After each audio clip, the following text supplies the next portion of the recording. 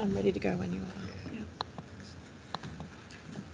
Good afternoon. I don't know everyone. John. I've been the Chief Executive since this time 2019.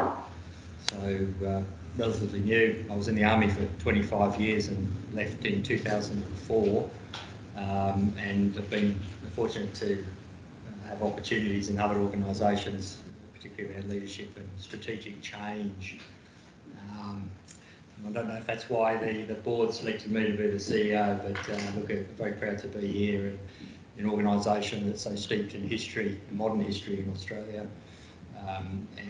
Being a serviceman, I guess I reflect every day about what that means to not only the individual who's serving, but the family who's part of that network to make it all work.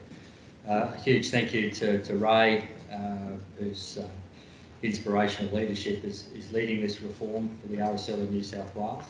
And he's mentioned already the importance of the auxiliary being part of the organisation, not a separate part, but part of the organisation. I've been asked to talk today specifically about the strategic direction of the organisation. And the second thing is something that Pauline mentioned right at the end of the speech, that we're not all going to be here forever. Now, how do you replace a national treasure? How do you replace someone who's a volunteer force? We have to think about that, don't we? You think about how many sub-branches around the state, and some of you are probably involved, where there's no string of young people standing up to be volunteers to take these leadership roles. And I suspect the same within the auxiliary, right? So if we're dead set determined to be here and stronger in the future, we have to look to that. And sometimes we don't like to look what's underneath.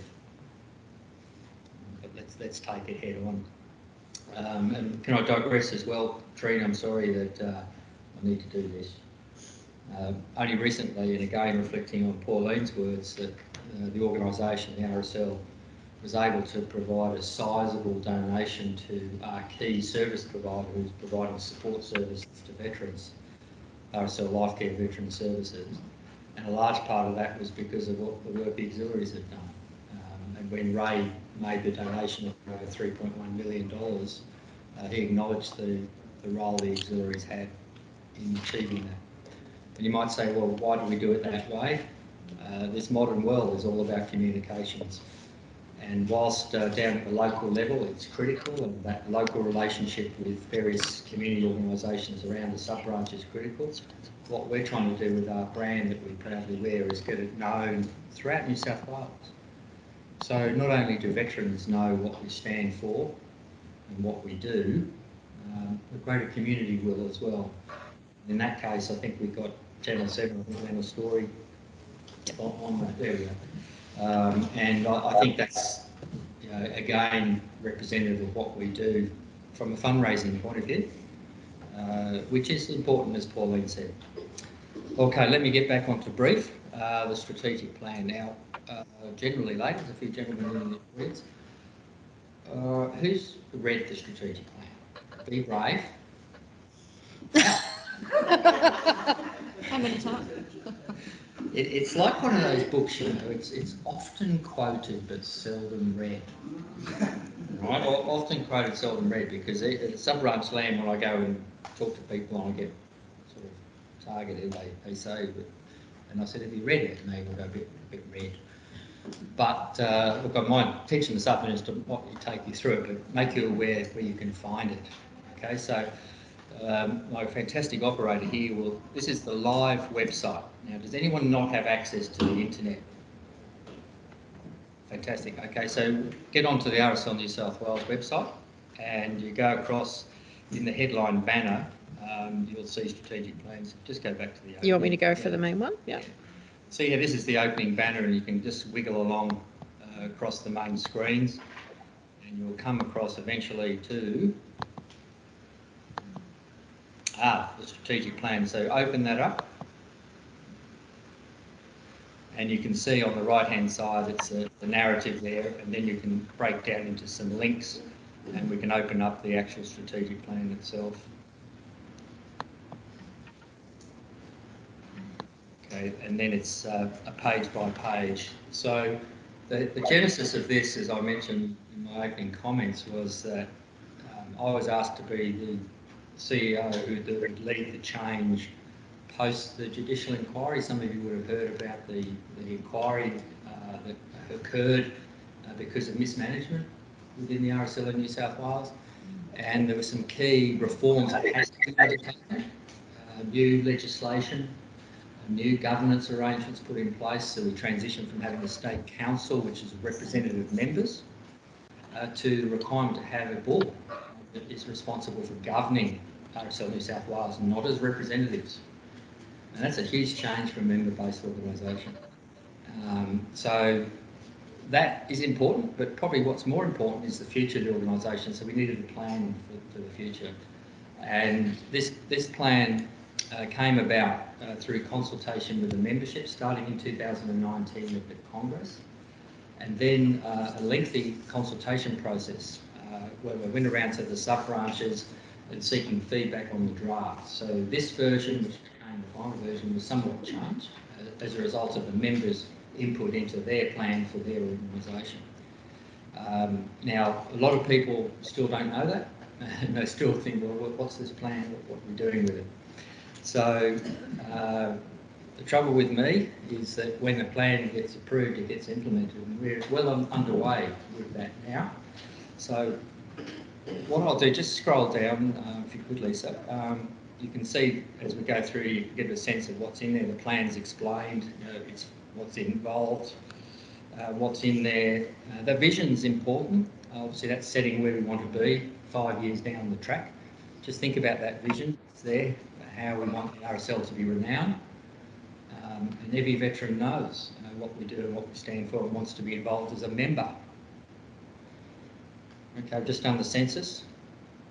So we know we've got about 160,000 veterans that are not members of the RSL in New South Wales that we should be able to tap into pretty quickly to come and become members. So it's a pretty good target. Strategic goals of what we have to do to achieve that vision. And each of those goals are broken down into initiatives, which is further down in the plan, and we come to that. That talks about how we're implementing the plan and the governance around it. Now this, we might just pause on this, values in an organisation. And recently the board has taken these values and put them into a code of conduct. Because every organisation, particularly younger people, want to know what the organisation stands for. And this is one way we capture that simply. So we've done that, it's implemented. And there's the goals. So each of the goals is broken down to initiatives, what we have to do by a certain time. And there's the prioritisation, all that sort of gobbledygook management stuff. But if we go down to goal 3, which is Trina's favourite, think about that one, growing membership. What do we need to do to grow membership? If we're going to remain a member-based organisation, we need members. And why do we need members? Fundraise. We don't have any members, right? Yeah. Don't grow. Yeah, exactly. We don't grow. And we need the members because you join a charity to give, like you all do, right? So that is a big challenge for the RSL because the heritage of the RSL, it was part of a club. And being associated with a club means you're receiving, not necessarily giving. So it's a huge challenge for us. But I'm really pleased that when we've implemented early parts of this plan, and you might have read about it in some of the communications, that when we implemented the free membership, the online application, we had within 3 months 1,500 new members. Yeah, wow. The challenge is, and Ray might want to talk to this if he chooses to, we have them then turn up at the sub-branch and then they leave. Because young people don't want to go to meetings. They want to have the benefits of mateship and social connection, but they want to do something constructive to help others. So that's an idea. So let's skip through all those in terms of the strategic plan and go back to the previous page, if you could, Lisa. and then if you scroll down further, there's a panel on a page, and you can come further down, you can start to see about the implementation. As we keep going down, there's a manual how we're doing it, and you can see the reports there on how we're going against each of the objectives, where we are in progress, how much money we've spent, and so on. So hopefully that gives you an idea about what we're up to and why we're implementing the change to make the RSL achieve its vision. Right, so I won't talk any more on that, but might come to questions, but I always welcome any feedback. We do an annual review process of the plan with the membership, and I value any feedback, particularly from this group of hard-working volunteers, because you do represent what we stand for. Next one is around the future of auxiliary governance. Now, I was asked to talk about this because this young lady here won't live forever. They can't hear you online if you walk away. So sorry for those online. I was just pointing at Pauline, who's having a glass of whiskey. The issue is that we need to know from the auxiliary, how do we have a process to ensure we've got leaders in place, the coordinator, state coordinator, if you will.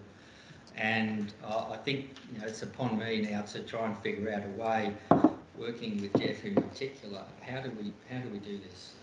What's your ideas around that? How do we get the benefits of the scale of auxiliaries in every nook and cranny of New South Wales? How do we do that? And what's the best way of doing it? And how do we support you in doing what you do? And there isn't many of us, by the way.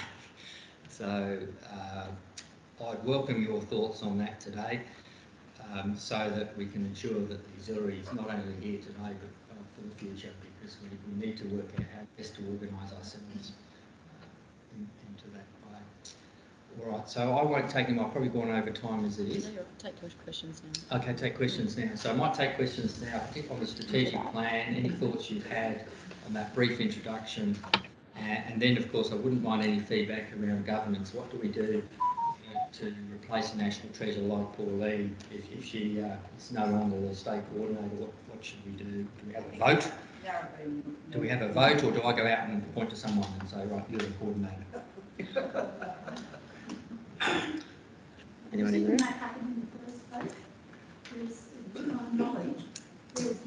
I don't think so, no. Look, I understand there was a transition from a previous structure that was quite like a voting system. State Secretary relates that. Yeah, State Secretary. Yeah, you're right. So Pauline, as you know, was the president of CCWA. Hello. Good afternoon, everyone. So when CCWA ceased, there was a decision made to create the position of coordinator, and it made sense to us to make Pauline the inaugural coordinator, and to help us transition from the old structure, to coin a phrase, over to how we want it set up for the future, with the auxiliary working closely with the sub-branch and folding up the concept of CCWA. Is there a time frame on No. No, that's what we're asking That's for. up to you. What your thoughts are. Does anyone disagree that do we need a state coordinator? Do we need one? that? I don't think we actually need one. I do. I think I do. I was going to say, I think I do. Do you? Yeah, okay. I think there's general consensus we need a coordinator. Now, I think communications is really important, how that network works. Now, I've worked out in my life, if you want to influence a bloke, the best way to do it is through the partner, wife, girlfriend, whatever, right? That's one thing. In the case, because we don't have gender issues, it could be the other way around in today's world. But if we want to influence sub-branch leadership, the way to do it is through the auxiliary, isn't it? It's all Someone suggested. There you go. Yeah, Hello. no, I agree, but I also think that we do need some leadership.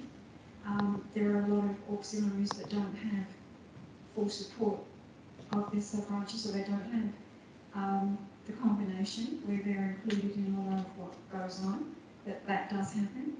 So I think that there has to be some sort of leadership, but as you do through the RSL New South Wales and it's voted in, I think that that should be implemented if that's what you decide to do, because there's so many members out there that have so much time that they've put in that they're what they think needs to be listened to also. So it's not a single person. So yeah, we do need some sort of leadership, I feel. So I'm hearing that, does anyone disagree with that? Perhaps I should ask.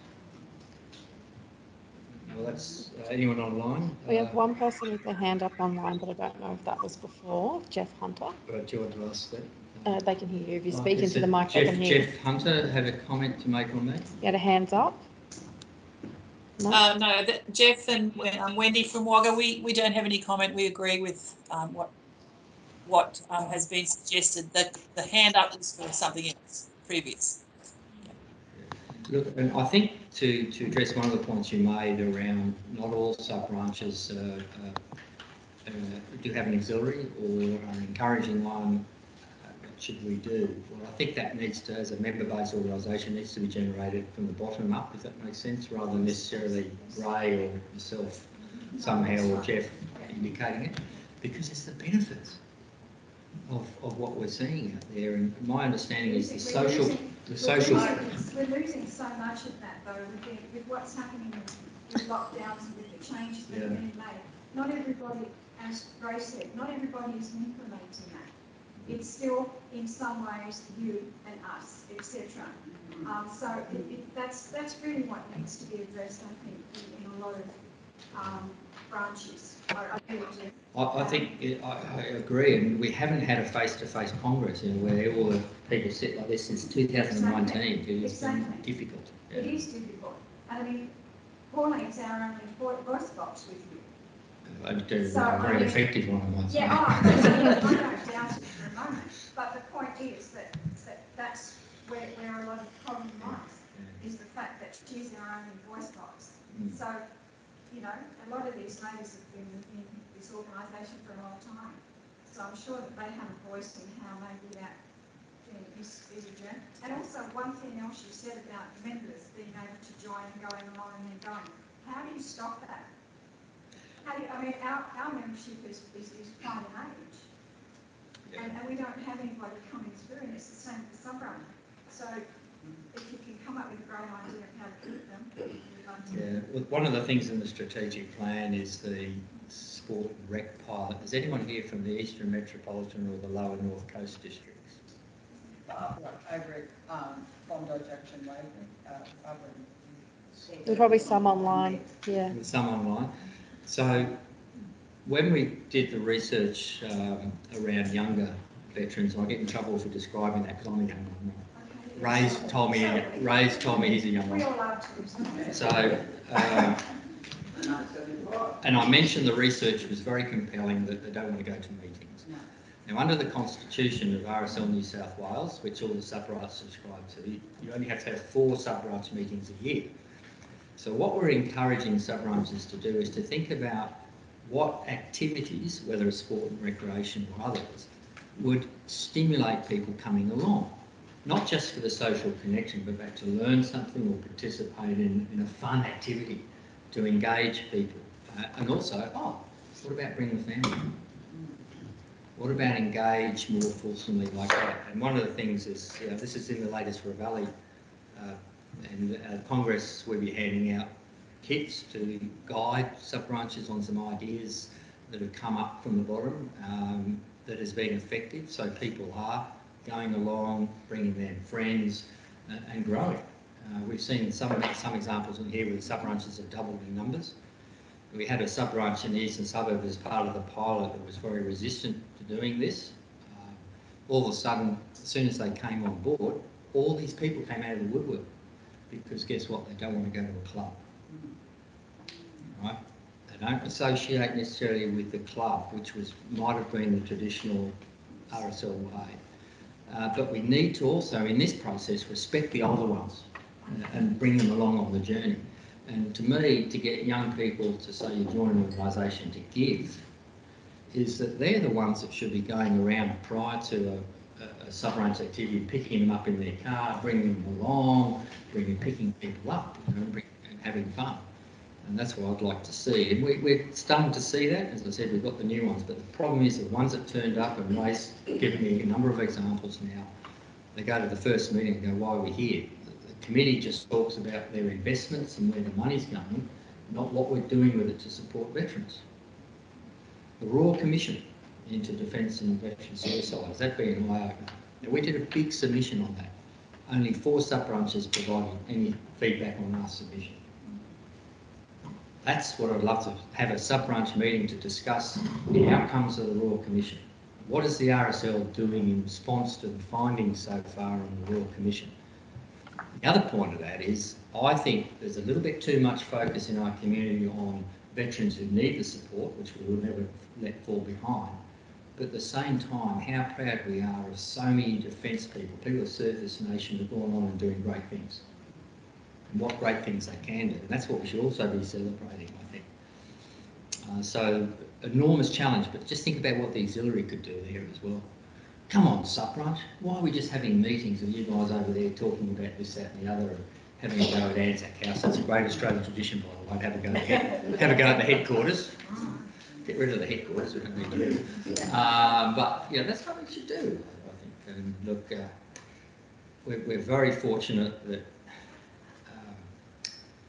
we have a network across New South Wales that I'd argue is probably even better than the CWA. Now that's a quotable quote from today, right? And if we leverage that network in every single one of our communities in this state, boy, that's powerful.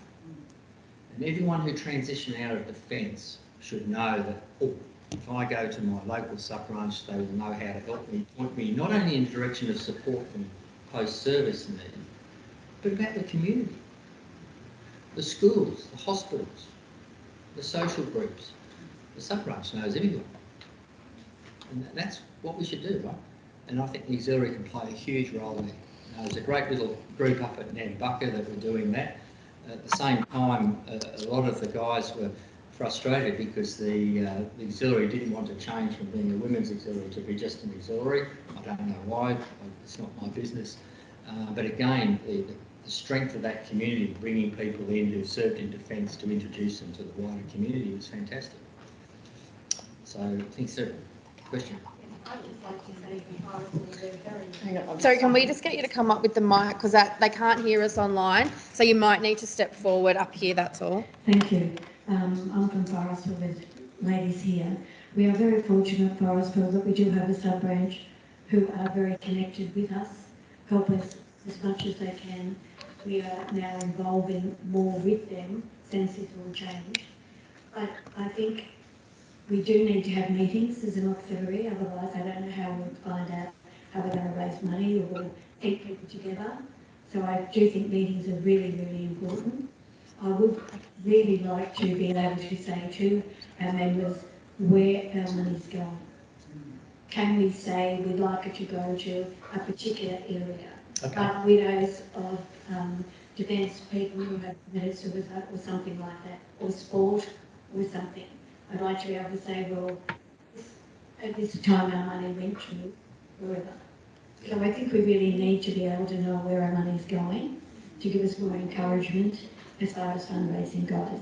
Yeah, sure. We always have, John, before, until we became an RSL, until we... It's questions online. So our auxiliary members have always decided where the money that they raise goes to. Now it just goes into the sub-branch bank account, and the auxiliary doesn't have any say in where the money goes. And I truly believe that the auxiliary raise the money, we should have a say in where that money goes. Okay. There's a couple of questions online too. A couple of questions online as well. Can I go back? I think you raise a very good point. I don't think there's anything, and correct me if I'm wrong here, preventing you conducting a meeting to organise fundraising and that sort of stuff. So crack on. And I agree that Forestville's been a shining light in terms of understanding the strategic plan, my thoughts, and encouraging so many people in the community to get involved, and that's fantastic. In terms of where the funds are going, again, I'm back to the live website. So if you go to finance, I'll just show them where we finance. went. So we went down to the bottom. Go down to the bottom of the page, click on finance. Okay, then go open finance tab. That one there. Right, and then go Veteran Support Fund. You can speak into the mic. Okay, so I've just gone through to the Veteran Support Fund. Now, if you open up there, that one there. Now, this is before the sub-branches at the moment through a new, what we call a standard operating procedure for donations, okay? So you decide what needs to be, the members decide what needs to be supported, and then by working together, the donations go into the pot. As you can see there, this is for this financial year, we've got a target of 2.2 million for veteran services, which is the homeless program, the support with pensions, the horse riding equine program, the wellbeing program, counselling, housing assistance, the homeless program are in there. And you make donations and see it's all transparent. If you scroll down a bit more, there's other activities in here that we're asking to be supported, and we're promoting as the RSL. So the whole concept is that these ideas are not Anzac House, it comes from the membership and the process there. If you want to donate to a particular group, it goes into that, it gets set up, and then you make the donation and you specify where you want the money to go to when it goes into Anzac House. But we can't, John, because we don't have a bank account. No, you have to ask. There has to be a ruling that there has to be a ruling from Anzac House, whether it goes into the SOPs, that our auxiliaries have a say in where the money goes. Because if our auxiliary members want to get out there and work very hard, I want to be able to say where my money goes. Because I don't want to be told by the sub-branch that they're going to give it there when we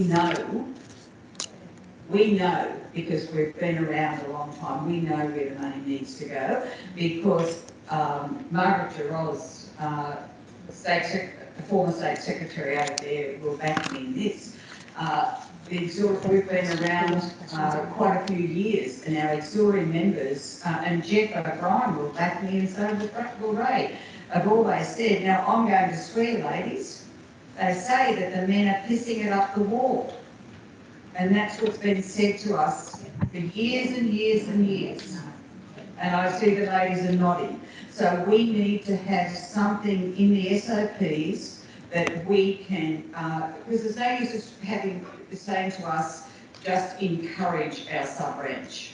They're not going to listen to us. The sub-branches out there that we won't ever be able to set foot into their meeting. I don't care if we're members of what we are, we will never ever set foot in their domain.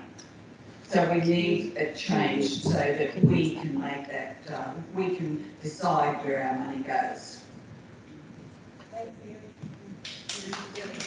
Okay, I will take, Jeff, can you just take that on notice for me? Thanks. I think the issue is quite right, is that the sub-branches have the checkbook, right? That's under the new constitution. We don't ask committees of auxiliaries to have to manage those non-public ones. So we need to come up with a mechanism where a motion is put to a sub-branch so that your hard work and donation has to go to X purpose. So we'll look at that. I don't see any issues. I need to respect the name as the members who ultimately decide the direction we take. But we can certainly do our best to influence where that goes. With respect to those sub-branches that don't have auxiliary, I think that's where the grassroots power comes from. And I know the team is very keen to reflect what you get up to in the communications realm, and they will start to get jealous. Where's my auxiliary? Ultimately, that's what we want. We've restarted 9. We've restarted 9, yeah. So I think that's great. And you know, people often ask me that volunteerism is dying in Australia. It's a real privilege, there's no doubt about it. But I get heartened when I get around with Ray to see sub-ranchers that are doing the hard yards. We've got a lot of sub-ranchers that have a lot of invested money, and they perhaps don't do the fundraising and those sort of things as others.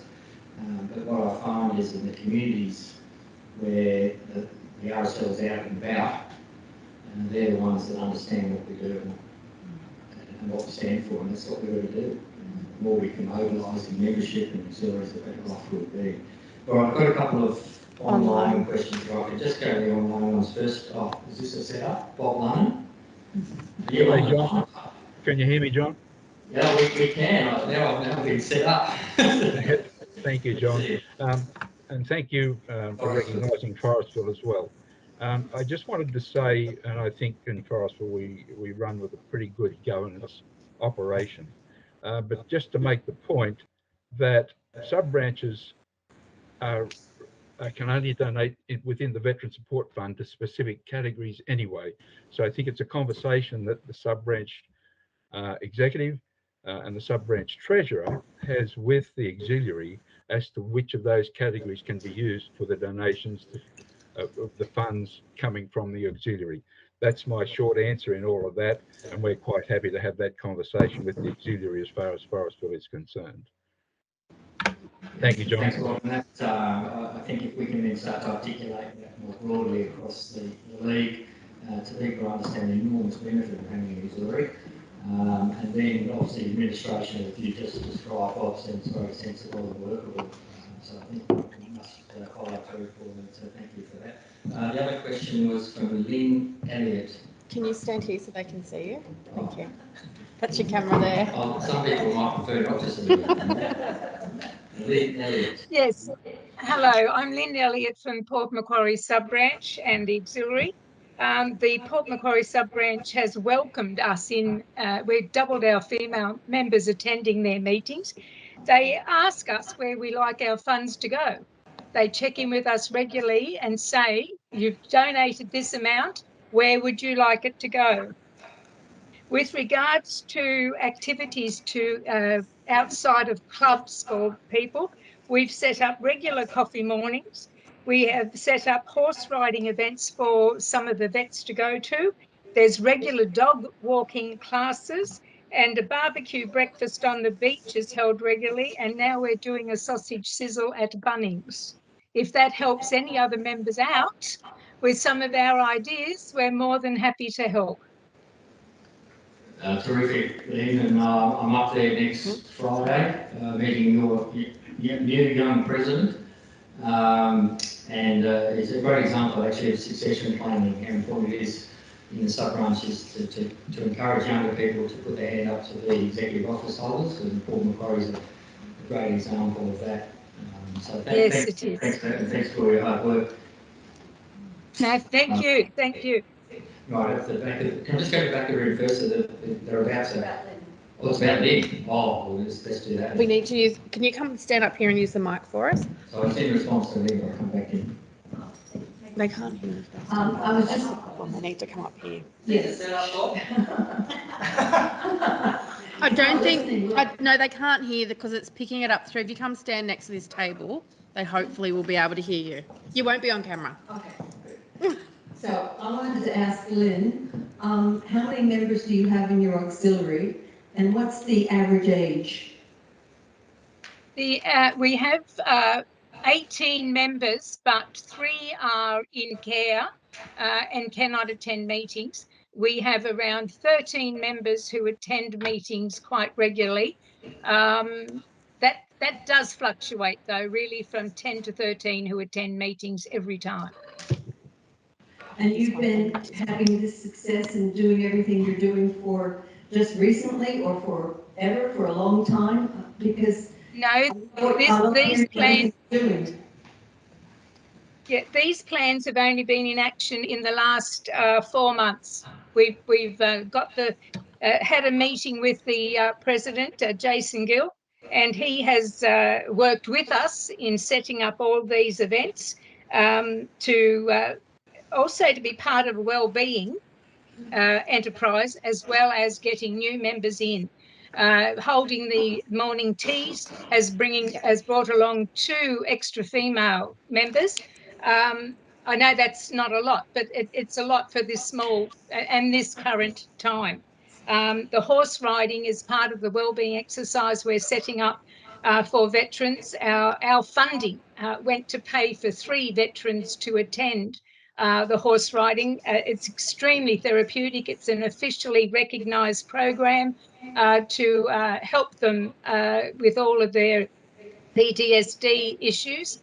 And if they volunteer, they also get extra sessions. If they volunteer to help out with the horses, we get extra sessions for them. So they're doing that. So it's sort of a quid pro quo, if you like. Well, congratulations. I think it's marvellous, really good. Do you have any male members? Sorry? Do you have any men in your auxiliary? No. No, not in the auxiliary, but we regularly have the president and that pop in, mainly to pinch the bickies. Thank you. Thank you, Barbara. I'll go to one last question at the back, but just be aware that we do have Q&A at the end. Do you want to come up here for us? Don't forget about the Equine Program.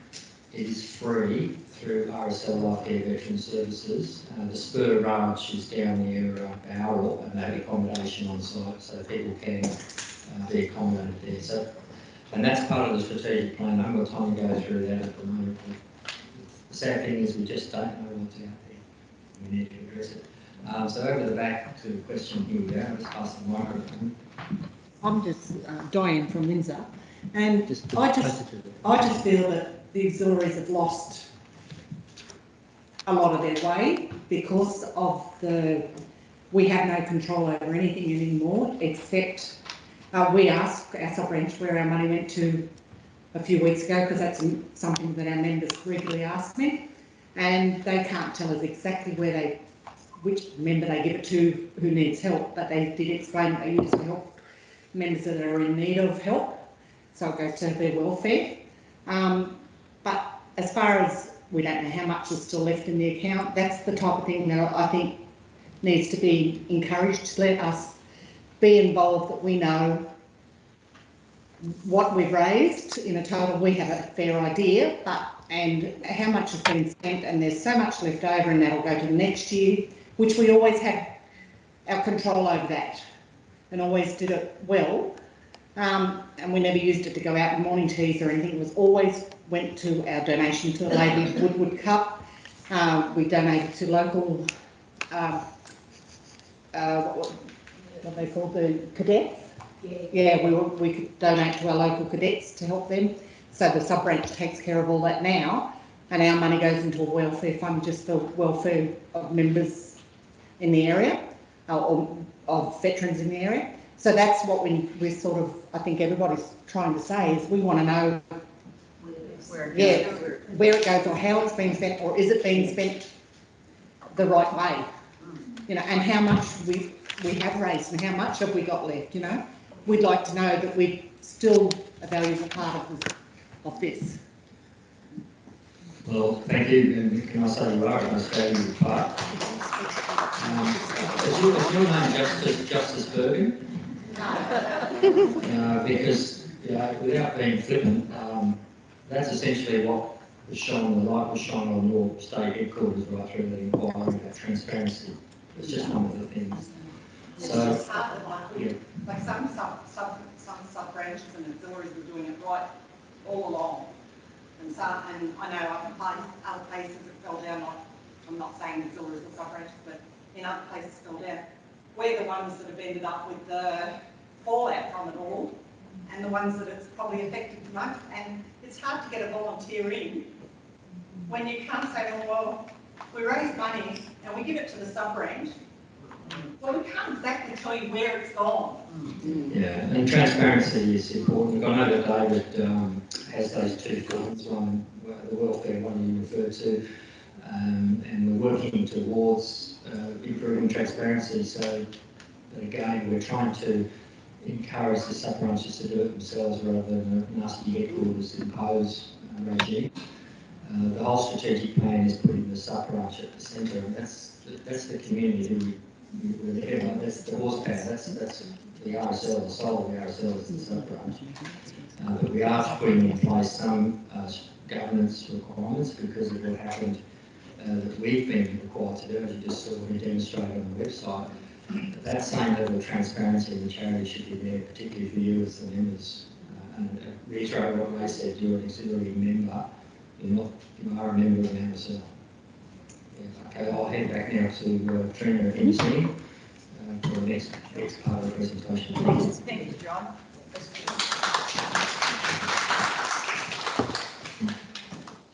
Thank you, John. Loud. I've read the strategic plan multiple times. Sometimes when I want to fall asleep, I'm very I didn't like that. kidding. It's a great strategic plan. I think I introduced myself as the Head of Communications and Marketing, but I'm also the Head of Communications, Marketing and Membership. And I took on the membership team and support team earlier this year. And it's exciting for me as I've got to know the membership better. John and Ray and I went on the road last year for a couple of weeks. Was it last year or earlier this year? Last year. It was a long 2 weeks. But I learned, there was lots of pies. I learned two things. One, if John and Ray say we're leaving at 7 a.m, they really mean 2 minutes to 7 and you need to be in the car, otherwise they drive off without you. And two, auxiliary members were treated really poorly. We went to meetings in a lot of locations across the state, and I couldn't believe it, as someone who was only with the organisation for a short time, that the auxiliary members were sitting over there while there was a meeting happening over here. And it horrified me as a human, but also that's how this organisation was treating members, and particularly those who contribute so much. So another conversation that I had earlier this year when we were getting ready for Anzac Day fundraising with some of the auxiliary members is how poorly the organisation has been communicating with auxiliary members, and that's my role, is to improve that. So one of the things that I'm working on is improving how our CRM works, which is our Customer Relationship Manager, which is where all of our membership data is stored. And at the moment, when I do an export of auxiliary members, we've got a lot of 150-year-old auxiliary members because those records haven't been kept up to date or managed or maintained. So I've got a project going on in the background amongst many other projects of updating our CRM, and Sue has been contacting all of the auxiliaries asking for your most up-to-date membership lists so that we can get you into that CRM so that we can start talking to you directly. So you'll receive newsletters from RSL New South Wales every month. Some of you may be already affiliate members or otherwise service members as well, but there's a lot of ways that we can start talking to you directly. So it's super important that that information is in our CRM and it is maintained. And on that note, Mary, would you mind standing up and giving everyone a wave? This is Mary Cooper, who's our membership supervisor at Anzac House. What Mary doesn't know isn't worth knowing about membership and our CRM. So I hope what is going to happen eventually is that you're all going to get to know Mary very well. So remember that name. Thanks, Mary. So at the moment, any auxiliary record that's in the CRM can't be maintained by the sub-branch, which I'm also going to change. So what a sub-branch secretary or anybody else with the login can do at a sub-branch level is going to what we call the sub-branch portal, which is where all this information is stored, and they can update those records. And so that's not being able to be done at the moment with auxiliary members. So that's another thing that we're going to change as well, so that somebody at a sub-branch level can maintain those records and update them, or add, more information or whatever that might need to happen. So that's an exciting thing that's coming down the line as well. So I touched on that project that we're working on. A couple of people have put up their hands. Barbara, I think you're one, and someone else in the room, yes, are going to come in and input that data. So it's a big job. But what I would ask is if you've not provided that information to Sue, she might have everybody's by now. I'm not sure where and their age is really important. On their data. Yeah, absolutely. And you might have, and John touched on it, is our membership has gone online, much to some people's disgust, but it is working and it is very efficient. People can join online for free in less than 5 minutes. When I first started working in Anzac House, I said to John, I think it'd be easier to join the Defence Force than join the RSL. So we've made a lot of changes, but eventually we'll make auxiliary membership fine as well. We just have to get this part right, and then we can get your part right. Can you move on? So we've spoken a lot today about membership recruitment, and it's something that is probably, when I'm in meetings with John and Ray, we're asked the most of what is Anzac House doing to recruit new members. Well, one, making it a lot easier to join the organisation, but you might have noticed just who receives the Revalia, or whose partner, or award-winning. Yeah, what award? Thank you. So, thank you. Thanks. Yeah, we won an award last week for the magazine, which we changed last year, brought on new publishers and changed tact a little bit to provide information to our members and their families about the services and support that they can receive from the RSL, and try and communicate with our sub-branches and our membership about what they can be doing to attract and retain new members. So John was talking about a huge research project that we undertook before we relaunched the magazine and determined what we needed to focus on. This is a summary of that research and some handy tips and tricks on how to engage with the wider veteran community to welcome them into your sub-branch.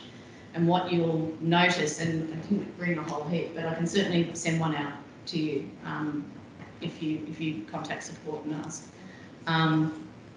is how much veterans would like a place that their families also feel welcome. So a lot of what we talk about in here is hosting family-friendly events.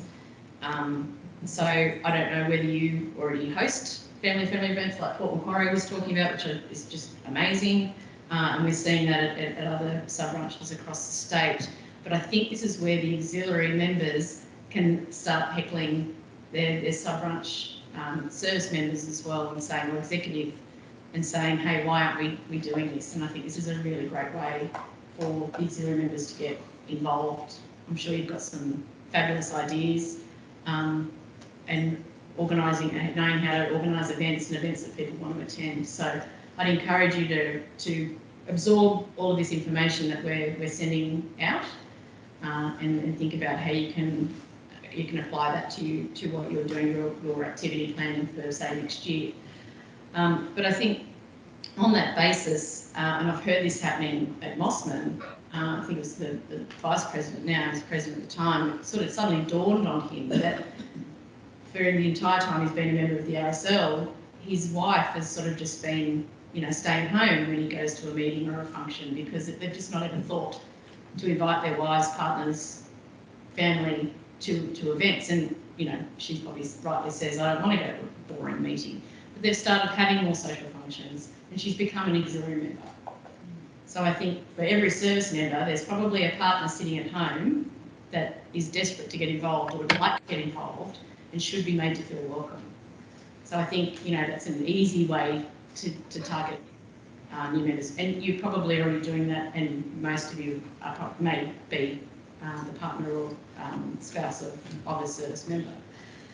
So always happy to help with membership questions and ideas, and certainly as our relationship grows and develops, I hope that I'm able to equip you with the information you're looking for to be able to boost your memberships.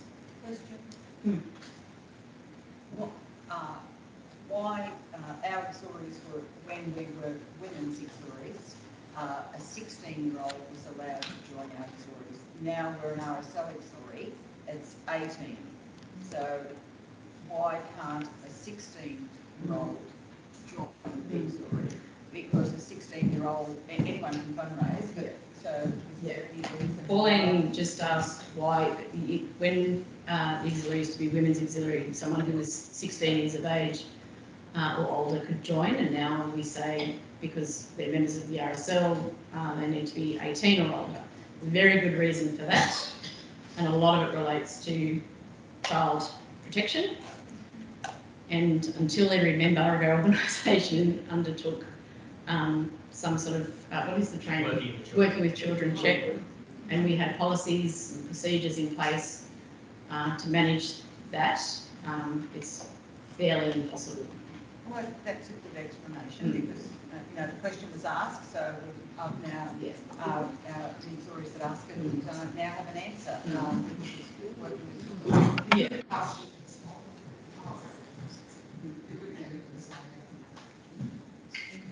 Thank you, Catherine. Well, we had the same question from a sub-branch who wanted a grandchild of the president to join as an affiliate, and the grandchild was 5 years old. And I had to be very diplomatic and explain why the 5-year-old couldn't join the RSL. Anyway, so I also hear that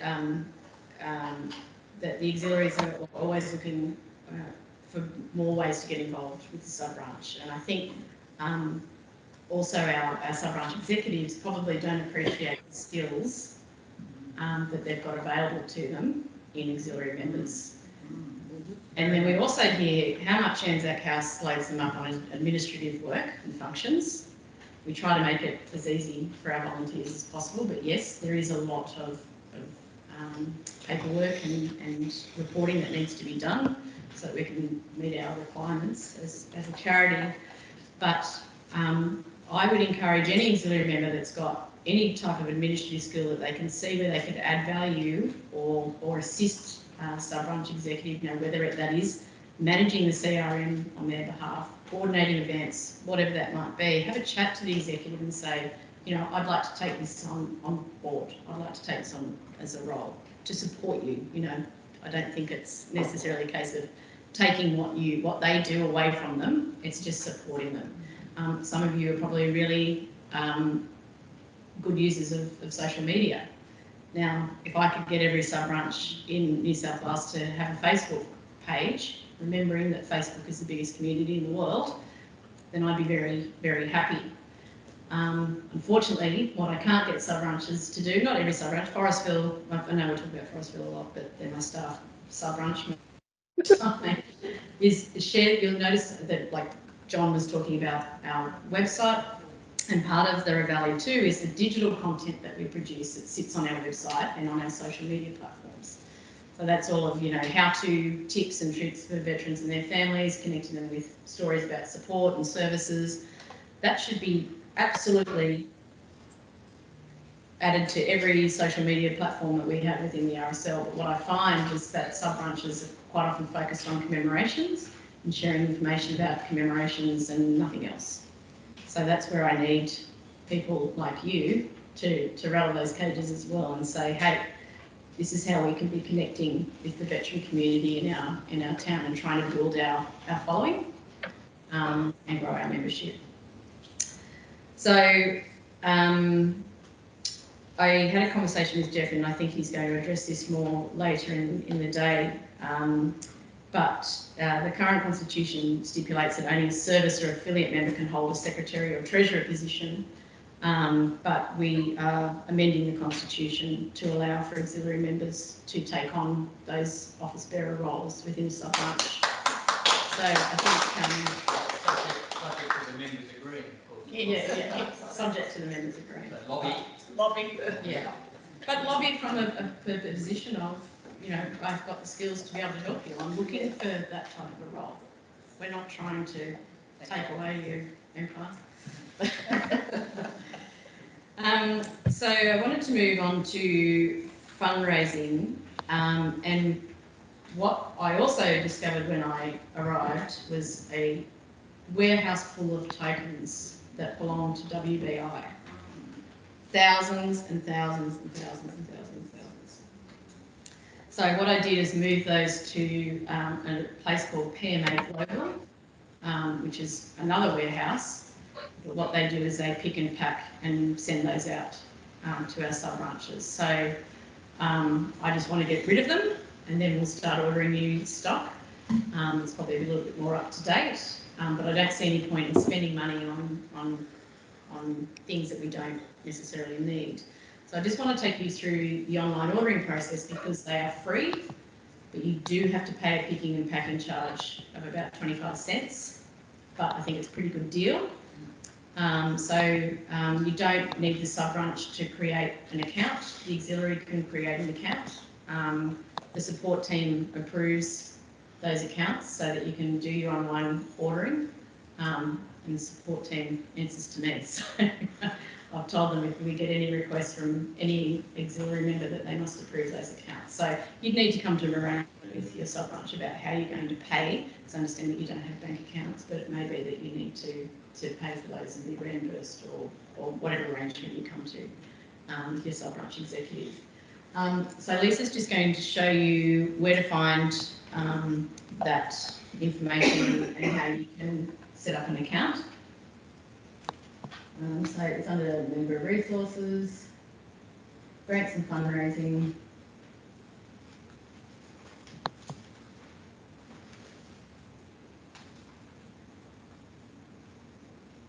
Plenty of information about fundraising, and then instructions on how to set up an account. And once you go in, you can view all the different tokens and select which ones you'd like to purchase and how many you can order until the cows come home. You're welcome to as many as you like. So I think in terms of your fundraising, hopefully that would help in terms of you know, the amount that you fundraise. You're not spending money or a lot of money on tokens if you want them. So as you can see, there's quite a selection, particularly for Remembrance Day too. Plenty of copies there. Let me assure you.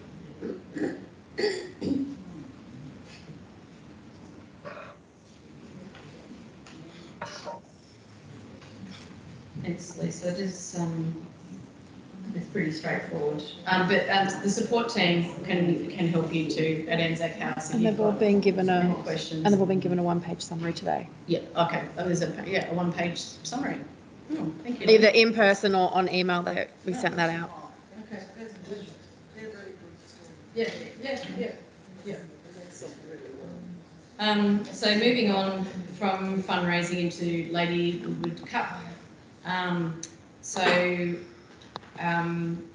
One thing in the conversation that Jeff and I had with Pauline was that in terms of being able to award the Lady Woodward Cup, there wasn't a lot of nominations.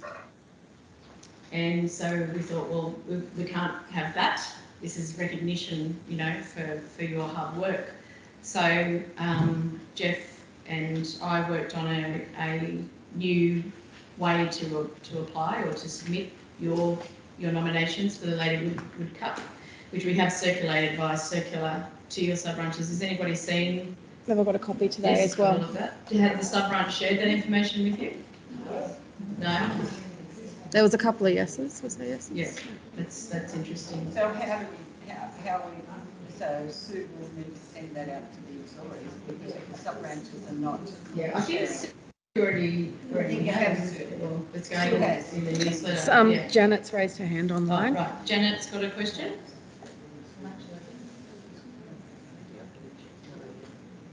Or maybe it was just she was agreeing. Can't hear anything. It's just So those nominations are due on or before the 30th of September. if they were to come in after September, we're not going to say no. It's just we've got a lot of work to do between now and Congress. So the sooner we can finalise that, the better. So I understand that those instructions are in the forms in the pack. There's a form printed out for you today, and there was one email to the online participants. Yeah. Okay. But the form is, you can find that via the circular on the website, which is also under member resources. Thank you for your service quilts. Pauline runs around the state donating, thank you for your service quilts, to worthy recipients. And they're beautiful, beautiful quilts. But I said to Pauline, how can we use this as an opportunity to, one, bring the auxiliary members and service members together? And also, how can we use this to make the RSL relevant, seen in the community with the wider veteran community in your locations? And an idea that I put to Pauline was that, one, the local auxiliary engages a local quilting group, which it very well could be in your community, or we do some sort of a submission process where the auxiliary and the sub-branch come together and decide, well, we know that Jack or Susan or whoever it might be within either in the sub-branch membership or within the wider veteran community is worthy of receiving a quilt. And then probably raising that with the state coordinator, and then they say, yes, that sounds like a great idea, and a quilt is sent to that community. With that means you can contact the local newspaper, you can post it on your social media. If it is a person within the wider veteran community, hopefully they'll feel welcome and understand what the RSL is and what it does, and where they can turn to for support. So it's something that we need to workshop. Is that something, do you think, that you'd be open to? Is that, or do you like the process, how it is? Our auxiliary at Inverburn, Kay Brown, Jan and Kerry making the 80% of the thank you for your service quilts. And I've had kind donations from Bankstown sub-branch because fabric is very, very expensive. And Catherine, so Chief Petty Officer Kath Harvey up the back also makes thank you for your service quilts for us, and that they've been and have one. Which is beautiful. Kath is our first female to receive a thank you for your service quilt. It brings the amount of Kath didn't cry, but the amount of men that cry when they're presented with a quilt. Our very own Jeff O'Brien had tears in his eyes when he received the quilt. So someone fell on my foot. So Pauline is just saying, for those that might not have heard online, that Ingleburn the auxiliary makes about 80% of the quilts that she distributes, but there's also other groups that contribute, and she's been receiving donations. Sue has recruited 17 or 18 new members at Doyleson, and they're all Sue has recruited, we were up at Gosford, and I was giving the president of Gosford sub-branch a quilt, and it was a district council meeting, and the secretary of the sub-branch from Doyleson came over and he said, I live in an area where we have quilters, and we would like to do this. So those 17 ladies from that retirement village joined. They don't go to meetings, but they make the quilts. I must say that the auxiliary members at Ingleburn do not have time to go to a meeting because of making the quilts, but they've been very successful. Great. Excellent. Jeff, can you hear me? Yes, we can. Jeff, you weren't supposed to cry when you were given that quilt. Elizabeth made yours, Jeff. I did cry. Oh. Just saying he did cry. I just cried at home. You weren't supposed to cry, mate. Thank you, Elizabeth. You've done a great job. Congratulations. I'm very slow on the next lot. I don't get support from my auxiliary. No, you don't get any support from your auxiliary or your sub-branch. I have been online the whole time. Have you? Why didn't you let me be there? But I'm been on silent because we're on a flight path and there's been a number of planes. I think she thinks she's having a personal conversation with Pauline. Sorry.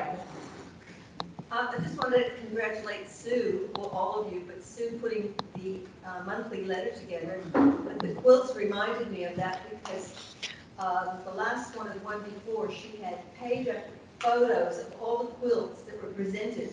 And it was fabulous because you saw so many different kinds and the appreciation that went into them. I actually sent that on to some quilters I know to show them what was done, and one of the ladies, not connected with our auxiliary, is very keen to kick us off next year with making something. Right. That's awesome. Because as we know, a quilt brings you together. Yes, stitching it brings you together. It gives comfort, and a quilt gives comfort. You know, you're stitching it together. Says me, who doesn't know how to knit, sew, or crochet. But on the first one, but I've become a big critic. I've become a critic also. So, but Ray is starting to get really mad, when the quilts are taking over the house. So please nominate someone from your sub-branch to receive the quilt. You could. So that might be something that we put in the newsletter. I'll talk to Sue and Pauline, and it might be a monthly submission or whatever we decide. Just a show of hands if you think that'd be a good idea. Okay, yes. For those of you who don't know me, I'm Kate Harvey. I am a veteran. I am a member of the RSL up at Branksome, which is in Hunt Valley. So I'm Treasurer Secretary of the RSL up there. Treasurer of Hunt Valley District Council. So I can't hear at home. But I also know quilting, so I have a thank you for my service quilt from Pauline, which is lovely. I've been out to that place with those beautiful machines. Out to K Browns. Yeah, K Browns. So I went out there. I also quilt for Aussie Hero Quilts, which is another organisation, and the RSL, we have a really great opportunity for the Women's Auxiliary to get into a really unique people of who these quilts go to. So really niche criteria that I believe we can do. So a niche criteria. So maybe some sort of criteria as in a simple form and says, this is who we would like to thank you for your service quilt. And like you said, more people that they go out to, more people that they can be masters. I can't hear her. Besides, uniques. I was brought up, like to think I'm young, so knit, crochet, hand sew. I'm really cheap. He's doing my stuff with my fundraising for RSL. This is a unique opportunity. We don't have a RSL auxiliary. You will. We did back in the day. The RSL, the Women's Auxiliary at that time, was so important in Frankston that in 1956, the foundation stone of our RSL law enslaved by the president of the RSL, the Women's Auxiliary at the time, because they did the fundraising to build the RSL Hall. I think you'll find Kath everywhere, making auxiliary was a hundred. Yeah, so that was Kath Harvey, for those that haven't heard online, just suggesting that we have a criteria for nominations for the quilt. So I'll discuss that with Sue. There is a criteria. We're not just giving it to someone because they serve their country. Yeah. It's what they're doing for their actual sub-branch and their veterans in their community. Like, we don't have enough, I mean, John said today there's 160,000 veterans in New South Wales that don't belong to sub-branches. Well, how would I make 160,000 quilts to give out? And but it's someone that does something very, very special, because you can be a president of a sub-branch or a secretary of a sub-branch and work so hard and nobody ever says thank you to you. Or you may be the guy that goes and cleans up the cenotaph or does something like that. So it's up to the sub-branch or the auxiliary to nominate someone for it, because I can't, you know, it's not me, but I want to be able to give the quilts out. So. Great. Okay, so Congress this year. Big deal for us, first face-to-face Congress in over 2 years. So, believe it or not, we're quite excited about it. So it's been held in Newcastle this year, and because of the size of the venue and COVID-related health things, we want to make sure that the right people who need to be in the room can be. But what we're doing is making sure that anybody who wants to observe Congress can do so online. So those details will be shared with every member, and we'll work out, we might talk to Stu again about the newsletter and making sure that if you'd like to watch Congress or the AGM, then you're welcome to do that from home or in the sub-branch or wherever you can access the internet. And an auxiliaries handbook. We're working on a written directions framework for sub-branch executives. So when a new secretary, president, vice president is appointed, they come in and go, okay, what the heck do I need to do? We'll have handbooks for those people, which is pretty big. It's scary that there hasn't been until now. There probably is at local levels, yeah. So when I had this conversation with Pauline and Sue, we thought, you know, is there a need for one for the auxiliaries? And if that is a requirement or something that you'd like, particularly around, you know, what we're talking about today, fundraising and what have you, then we can put together some sort of a working group to develop that. So is that something that you think you need, want, would like, not required? I don't personally think that possibly in their handbook, but I think if you organise something like this at least once or twice a year is probably more, because people need face to face. Sure. We only, as far as we're concerned, you're up there, you're in there. We're not getting, we get a lot of feedback, yes, but it's not helping. Sure. And I think if you have something on a face-to-face basis like this, at least once or twice a year, okay, very good help. Right. Well, I think over the last, because we had a lockdown where we weren't allowed to do fundraising, so that went from you know, over 12 months. Then we went into COVID. So we're really now starting to get back out there, because in 2016, $965,000 was raised by 2,000 members. And out of the 2,000 members, not everyone was working. Not everybody was working. So that's a tremendous amount of money. But we've been stagnant.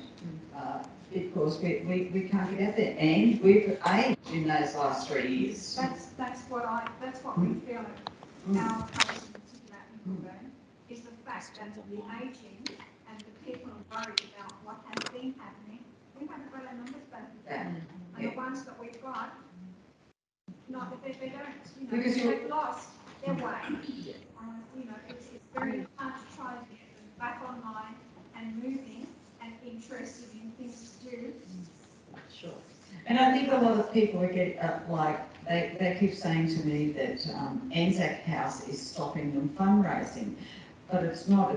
It's in their actual local clubs. The clubs have stopped them. It's not Anzac House, but they don't understand the difference between the club limited and the sub branch. So a lot of auxiliaries are doing walkathons. So the whole way through the COVID lockdown, Penshurst, that's attached to Anzac House auxiliary, they've done a walkathon.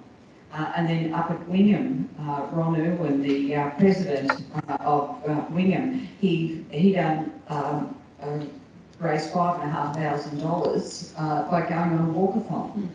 So people are doing lots of things. There's lots of things that we can do to raise money, things like that. But I think after today, we go back to our sub-branches, work with our sub-branches, but also know that all those tokens, because if we're buying from the military shop, we're paying $2.50 or $5 or $10 or something like that. We can take all these tokens from where Trina's got them, we're paying 25 cents per item. Some of those can sell for $50.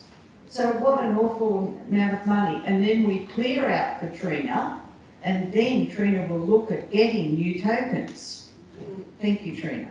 My pleasure. So for those who are online, if you haven't heard the discussion, what was proposed is that rather than having a handbook, is that we have some sort of a yearly forum like this. So I will take that as an action to talk to Pauline and Jeff and John and Ray and get that as a fixture on our event calendar. So I understand there's a couple of questions. I also say, Trina, when we're having it, please let us have it from 10:30 till 3 o'clock, because I know that we're here because we couldn't get in. But we need people, because we are getting older, to be able to get back on the trains, because when our ladies and gentlemen leave here today, it's going to be chaos on buses, trains or roads, and that, so that we have something from 10:30 in the morning. And I also would like to suggest that when we have the meeting, that we have it that we could be packing the boxes to sell for Anzac appeal and for the poppy appeal, so that we wouldn't feel that we were just sitting here listening. We could actually be doing things, because we can do 2 things or 3 things at once. So we can pack boxes of tokens so that our sailors, soldiers and airmen can go out and sell them at Martin Place, and make a lot of money for veteran services. So Bob, Lunnon, do you have a question? Can you hear me? Yes, we can. Thank you very much. No, it's just a comment about the handbook, which I thought when you were talking about it was a great idea. But this is part question, part statement. I don't know if the written directions framework is covering auxiliaries. And if it's not, I think it should be, particularly in view of what we've heard today from some sub-branches. There's no connection between the sub-branch and the auxiliary. So I take that on board. I think that we need to have something that the sub-branches are aware of in all of the activities they're doing through the written directions framework that includes auxiliaries. So maybe that's the way to do it in lieu of a handbook. Thank you. Thanks, Bob. And Wentworth and District?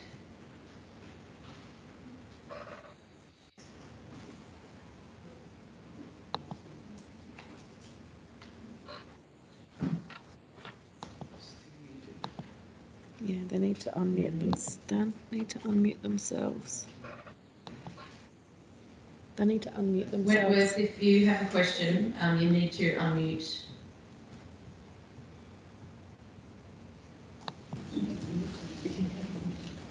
So I can't do it. No. Okay. We'll move on. So what I would propose is that we just take a short comfort break for 10 minutes. 5 minutes? 10. 5, 10. If we're back here and seated by 4 o'clock, then we'll move into a Q&A session with Jeff. Thank you.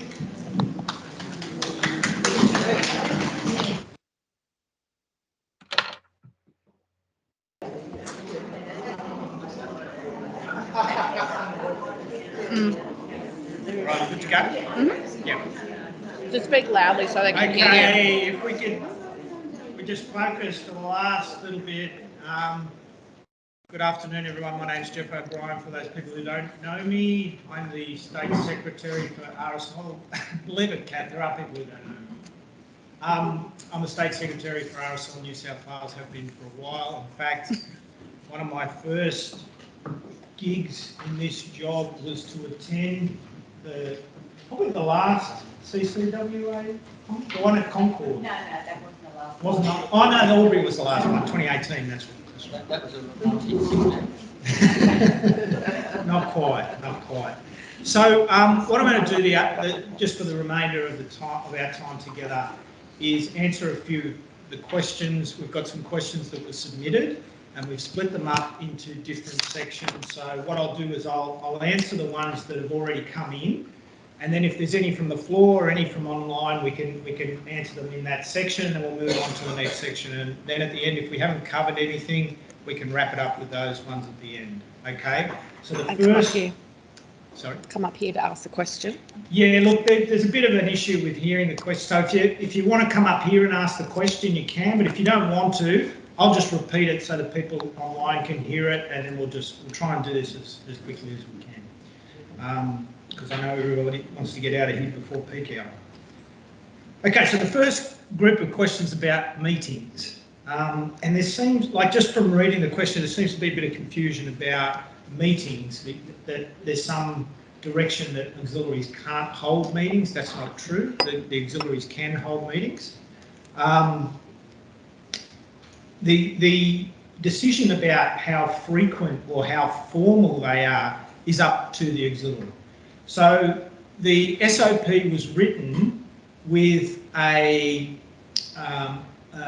sort of a way that allowed for the auxiliary to basically continue what they were doing prior to the new constitution and the winding up of the bylaws and all that sort of stuff. It gave them that flexibility. It also gave them the flexibility to not do that. If that's not what they wanted to do, have formal meetings where there were minutes and you had to have a quorum and all that sort of stuff. So you can have meetings, right? And you can have a frequency of meetings that suits you and your group of auxiliary members. Is that clear? Is that somehow unclear? Can I just ask, do you need to take minutes of that at that meeting to give to the sub-branch? Okay, so there was a question about minutes that need to go to the sub-branch. You don't need to take minutes. What's required under the SOP is you need to, the auxiliary coordinator needs to make a report to the sub-branch annually. Part of the report is what's happened in the 12 months before and projecting what you think you're going to do in the 12 months in the future. Okay, so that's what's required. Now, to help you remember that sort of stuff, you probably want to take some meeting notes. But do you have to take formal minutes that are signed at the next thing and, and the date and all that sort of stuff? No, it's not a requirement, so we sort of don't want you to do it. But, well, we don't need you to do it. But you can do it if that's what you feel is required. Okay, so you probably want to keep a record of when you meet and what you discuss, but it doesn't have to be minutes, okay, like we would expect in a sub-branch. Sub-branch, 100%, must take minutes, must be compliant with the Constitution, there must be a notice period. It's a lot of work, and we didn't think that that was necessary at the auxiliary. We may be wrong. Is that? Do you want to do? Do you want to take that sort of? Okay, that's a win for us. All right. There's another question here. Someone said, and I'll read it out. Who joins any club or group without attending at least one meeting to see if it meets their needs? I can't answer that question. I'm sorry. I don't know who sent it in. I don't know the answer to that question. I guess if I was applying that question to a sub-branch, the answer would be actually a lot of people. A lot of people join the league but don't go to sub-branch meetings. In fact, I don't know. I don't know, Ray, what do you reckon? I think it's a majority of people don't go to sub-branch meetings. I submitted, always submitted that question. Okay. And my just the reason being, as far as an auxiliary is concerned, I understand that auxiliary members can't go in, some of them can't, some of them work at home. But to actually join, why would you? And I can't answer that question. I'm sorry, I don't have an answer for that question. But it doesn't, they don't have to do it. They don't have to. No, just like the sub-branch members don't have to attend meetings. No, of course we encourage. I'm not saying attending meetings, I'm saying to actually join. Yeah. Do you actually, does anybody actually join a club or whatever by not going to that first meeting to see if it suits them, if it's part of what they want to do? They obviously want to be part of an auxiliary or a sub-branch, otherwise you wouldn't fill out the form and join. Yeah. But why wouldn't you attend at least one meeting to say, here I am, here I go? We have 4 members that we've never seen. They do a lot of work behind the scenes. I appreciate that, but we've never seen them. We don't know them. Okay, so just for the people online, the question was, why are there people who join but don't come? Just join, so that we can see who they are, they can see who we are. Yeah. They join sight unseen. Yeah. So join without actually connecting with the auxiliary first, but still do the work. That's what they approve. That's what they want to do. That's fine. Yeah. Okay. But I'm kind of missing the issue. Do you want them to come to the? Oh, at least to come and say, look, here I am. I'm part of your auxiliary. Thank you very much for being here. Yes, this is what I want to be part of, but I can't come to meetings. I'm still going to do A, B, or C. Yeah. Behind the things. That's fine. Yeah. I just don't understand why they can just join online and we never know who they are. Right. I don't understand why that can happen. So I think that circumstance where someone would join and then you never see them, but then they help out or something, would be the exception with the auxiliary. I don't think it would be the majority. Yeah, it's definitely an exception. And if they're helping out, is there a problem? I mean, they're volunteering their time. They're helping out. I'm not sure. What you're saying. I just don't see that and normal people would do that. You go and join a club without ever being there. Yeah. Well, somebody has. So, have you reached out to that person and asked them why they would do that? No, I didn't. No. So that because I can't answer. I'm with you, right? If you're going to join somewhere, I would go at least to the first meeting just to see what it was all about. I would do that. But obviously, you have an experience where somebody hasn't done that, and I can't speak to their motivation. But it may be worth reaching out to them and just maybe they don't know they can go. I don't know. I'm just speculating. So it might be worth, if you've got their details, giving them a call or sending them an email and just asking them. That's the problem. When they sign online, there is not enough information to be able to contact them. All I get is the name. So you don't have their contact details? Okay. All right, well, we'll have a look at that. Okay.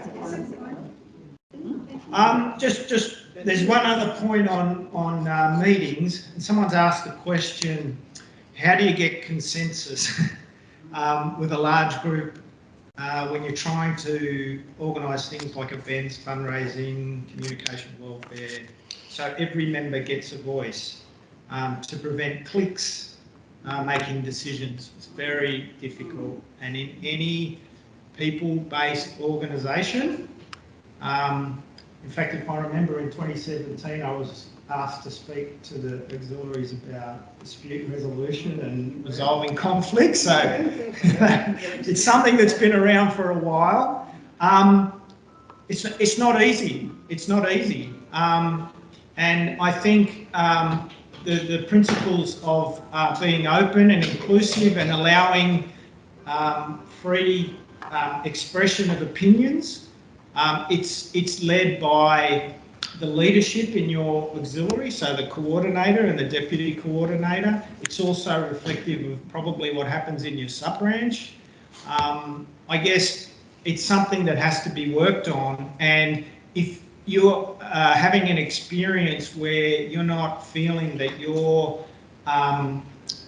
auxiliary is operating that way, or that you've got a problem with people not being able to speak up, I think in the first instance, I would let either Sue or Pauline know, because as the state coordinators, it's kind of their job to help resolve those internal issues and provide some support on those matters.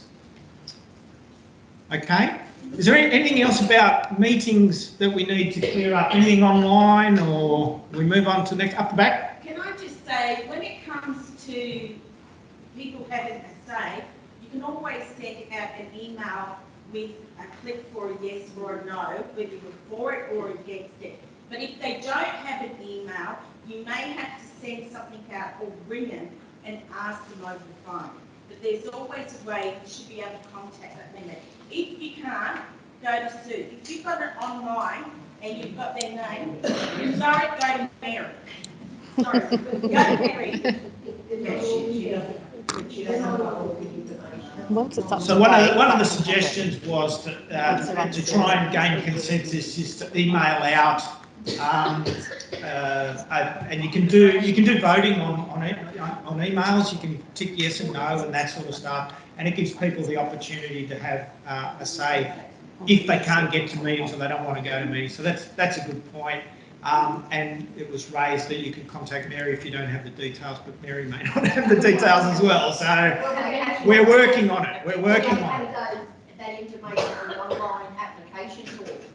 Yeah. Are they going to have like phone numbers and yes. email addresses and all So the big hole in our database is contact details, not people's address, even though that is a problem.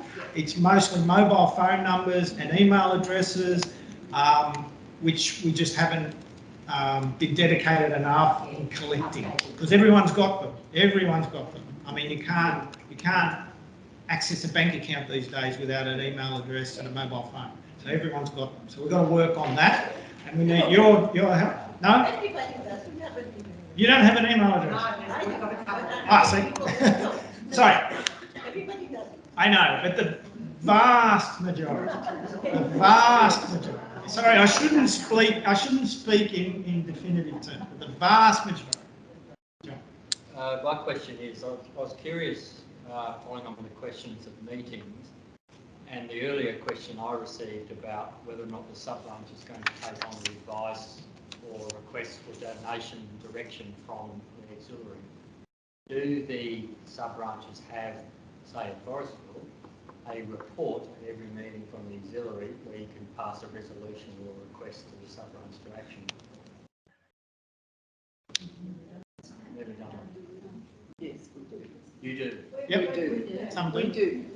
I actually like the little pots that you had up earlier. We were shown those for the first time at our executive meeting on Monday. And I thought that was wonderful because you can go along and you can choose where you want the money to go. Or you can also decide if the pot you want is not there. It's a process to put a pot there. Oh, that's okay. what I'm encouraging the members to do. Okay. Right? Oh, we didn't know that. Yeah, that's in the process we're working through it. Mm-hmm. But I think it's important if there must be some way, if you're having a meeting and you resolve, we want to donate $1 million to Turn Black, It's probably a bad example. From branch to the sub-branch, that the auxiliary can put that proposal to your sub-branch, right? We can put a proposal. You can put a Yes, proposal. we have asked to keep our auxiliary through our treasurer of the sub-branch separate, if you understand what I mean. I'd always get to know the treasurer. Good idea. He has a spreadsheet, and when money comes in from us, we know where it is, we know how much it is, and we request no matter what money comes in through us. We could add it. Yeah. We're assured that that is what's happening, so. You're not being named, you'd like to be actually. So can I just interrupt? The people online are struggling to hear, so we just use the mic. But then come up here because it picks it up here. Bob's nearly leaning through the laptop. So. Yeah, so the discussion that we had just then was about whether there was a formal process for the auxiliary to present a report to the sub-branch and perhaps indicate which part of the Veteran Support Fund they wanted to allocate funds to, or perhaps they had an idea of what should be funded, and then the sub-branch could lobby for that to be put into the Veteran Support Fund. And there was a few nodding and a few who hadn't had that experience. So that maybe that's something we can take back to the sub-branches and talk to them about, because all the sub-branches should know about the Veteran Support Fund. Okay? All right, so we'll move on to the next bit, which is about the coordinator and deputy coordinator. So unless there's any other questions about meetings or meeting-related questions. No? Good. So, what is the expected or suggested term of office for the auxiliary coordinator and deputy coordinator? And we're talking about the local one, not the state one. And could a succession plan be upheld for future coordinators?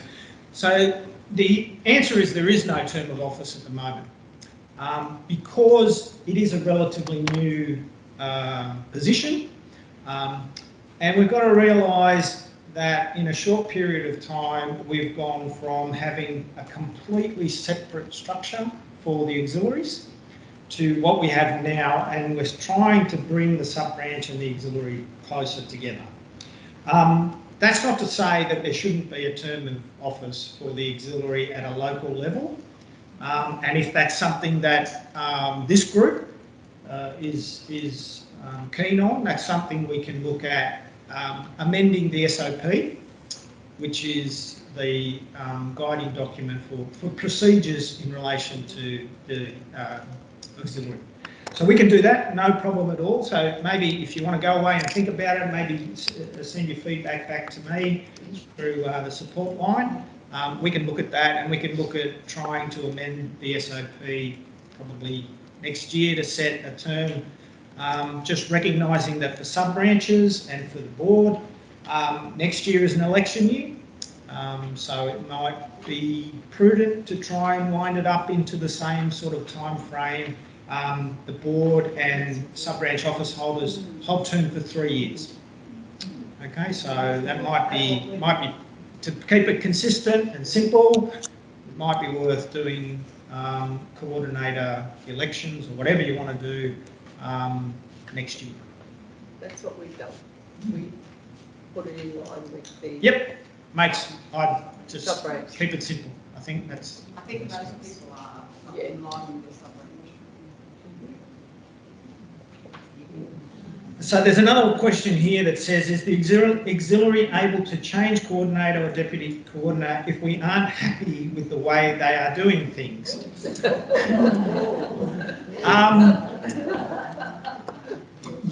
Yes, probably.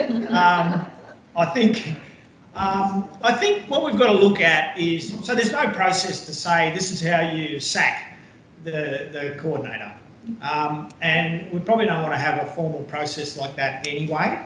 I would encourage communication at that local level. If people aren't happy with the way things are happening, I think the role of the coordinator is not necessarily one where there is a heavy burden on one individual to do things. It should be a collective effort. The coordinator is really there to link the auxiliary and the sub-branch. So there's a couple of jobs the coordinator has to do about reporting to the sub-branch and, you know, submitting a budget and those sorts of things. But apart from that, it should be a really sort of collegiate activity, the auxiliary. So I guess it's over to you guys to try and work out if you want to get rid of your coordinator. I don't know. Just be aware that, you know, people, as I'm sure you all know, invest emotionally in these positions. So often they can take these sort of things very personally. And again, if you're having trouble or you need to sort of escalate things, Pauline and Sue, they're your contacts, okay, because they have a wealth of experience. But isn't the sub-branch our first port of call because they're actually our parent as such? So the question is, shouldn't the sub-branch be the first port of call? I wouldn't say yes to that. What I'd say is try and organise it, work it out between yourselves. But if they're not happy and they can't work it out in that, then the first place they should then go is to the executive of the sub-branch and have a chat to them, and they can maybe mediate. You could. That's not wrong. That's not a wrong thing to do. So the question was, take it to the sub-branch executive to mediate. There's no wrong answer there, yes. But if someone rang me and said, I'm having trouble in the auxiliary, we tried to work it out, it hasn't happened, I would say ring Pauline or Sue first of all. Okay. They've got a lot of experience inside the machinations of an auxiliary. But that's not a wrong answer to go to the sub-branch either, if you're confident that that could resolve it. The next point is a bit of a statement, but I'll read it out. It's about the role of auxiliary members and shared leadership. So all members need to be involved in helping the different areas. Auxiliary coordinators should not be doing everything, as this does not help the members feel part of an auxiliary group. Delegating different jobs would help the coordinator and at the same time allow members to feel involved and useful. So that's basically what we just said before. So working collegiately, everyone's sort of on the same page. I know it's, you know, that's utopia, I guess. It doesn't always work that way, but the more communication you're able to have, I think the better off you'll be. Okay, so they're the written questions. Is there any other questions about the role of a coordinator or deputy coordinator? Does everyone have a coordinator and deputy coordinator? There's hands up and some shaking online. All right. Now this is Jeff's question. Oh, sorry, question. Sorry. We on the committee, we have been on for quite a few years now. What happens when as we have a lot of elderly people in our branch? What happens when no one puts their hand up to do, as you say, from next year it's going to be in 3 years? So we haven't, just to clarify, we haven't said that's going to happen. We'll try and amend the SOP. So just for those who don't know, to amend the SOP, it has to be approved by the District President's Council and the Board, both. Not always an easy or a quick way to get things done, but we'll certainly aim for it. Okay, so, but are you saying a scenario where the people who are in the position now no longer want to do it and there's nobody else who wants to come and do it, or are you saying? No, we've been, what, 8, 10 years on that. So each time we haven't had any volunteers who've said we've been to the end of our 3 years. So no one else has stepped forward. So what do you do then? So the term limit won't mean that you can't stand again. Right. So you can stand again. I mean, look, in a lot of these positions, we know that there's a core group of really committed people who will continue to do the job, whether anyone wants it or not. They'll just continue to do it. Right? So it's not like, for instance, on the board, you have a number of years that you can serve and then you can't serve anymore. It's not that. It's not that. It's not that. Any other questions on the coordinator? One of them on the screen. Bob just put his hand up. The middle one. It's Bob again. All I was going to suggest, Jeff, is do it the same way that sub-branch executives are elected. It's usually 3 by 3 by 3. I think we just take that out of the SOP for sub-branch executives and make that for the auxiliary as well. Yep, thanks, Bob. I think that's probably the simplest solution. Okay, now we're going to go on to some general admin questions. Did you have a question? I just wanted to know, apparently you don't have recognition of years of service anymore. It's in here. Oh, I'll get to it. It's in here. Yeah. It might be your question. But the first one that's in this section is one that makes me nervous. It says here, why can't we still have our own bank account? I'll throw it to you. Why do you think that auxiliaries can't have their own bank account? Anyone want to offer a solution or an answer? Exactly. Because the auxiliary is now part of the sub-branch. 100% spot on. That's the answer. We can't have an entity run by volunteers with multiple bank accounts that they are responsible for, but they don't have visibility of. It just doesn't work.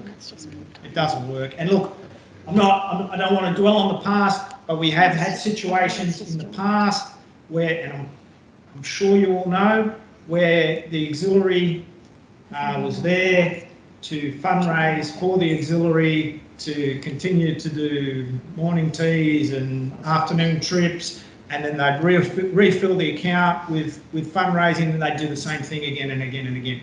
That is not our charitable purpose. That's not what we're here for, okay? Now, it was very briefly mentioned earlier about the Bergen inquiry. Bergen inquiry didn't go down into the sub-branches or what the sub-branch activities were, but, you know, some of the things that we knew were going on in the past, we just, because of the spotlight that was cast on us by the Bergen inquiry, we just couldn't allow it to happen anymore. So one of them was the way the auxiliaries were set up, and because they are, in many instances, publicly fundraising, and the inquiry was about the public fundraising, we needed to make sure that it was properly governed, and it was correctly managed under the Fundraising Act. Okay, so I think that is actually, I know that's a big issue, and it was a big step for the auxiliaries, but that is the answer, and it sounds like you all know why that's the case. Okay, so there's probably nothing more I can add on that. The next one is why are some auxiliaries still using the word women or ladies? I guess that's tradition, and as we mentioned earlier, sometimes these things take a little bit of time to change. But, you know, if you want to broaden your membership and get more people involved, it's absolutely a simple thing to do, to drop that women's or ladies out of the name. It doesn't mean that women or ladies are no longer welcome. It just means that the name presents better for anybody who wants to come and help with fundraising for veterans. Okay, so that's the reason why that decision was made. And I know it was contentious. I was there in Albury. I know that the way it sort of came about was contentious, and people thought the resolution was right, blah, blah, blah, whatever. You know, that's in the past now. And I think we've had a fairly lenient period where we thought, yeah, okay, it's transition, but we're well down the road now. Our job now should be to try and do everything we can to get more people involved so that we've got a larger pool of volunteers to help fundraise to do the work that we need to do as an organisation. Bob has put his hand up. Jeff, I'd just like to add to that to say service members could be male or female. Affiliate members can be male or female, and social auxiliary members be male or female. We cover all genders in the organisation.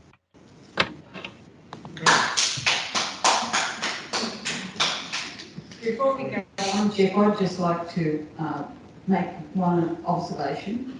I've been to 12 district council meetings since January. Not once has any delegate at that meeting mentioned an auxiliary. Not once. I'm there, no one, they all know that I'm from the auxiliary. Not once does a delegate come from a sub-branch, and I know that they've got auxiliaries. Not once do they ever mention what their auxiliary is doing. And I think that the district council president,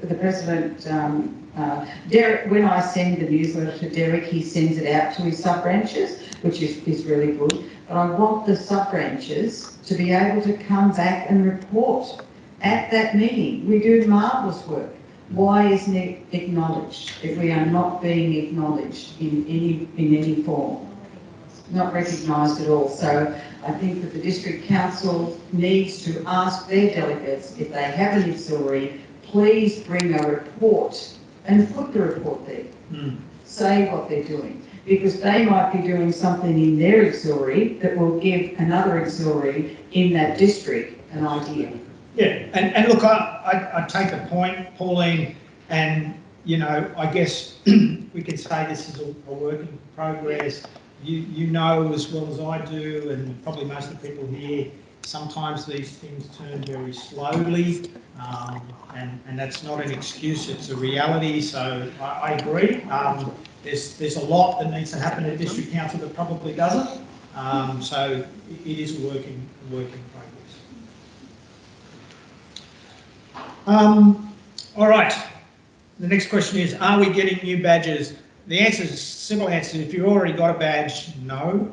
If you're a new member, yes, we have a new badge. You'll get a new badge. If you need a new badge or you want a new badge, we can get one for you. Okay. But we're not handing out new badges to everybody that has an existing badge. And to be quite blunt, the reason is it's a waste of money. So if you've got a badge, keep it. If you don't have a badge, we can get you one. If you're a new member, you'll absolutely get a new badge. Okay? Is that fair enough, or are we out of line? Okay, great. Wow, that was easy.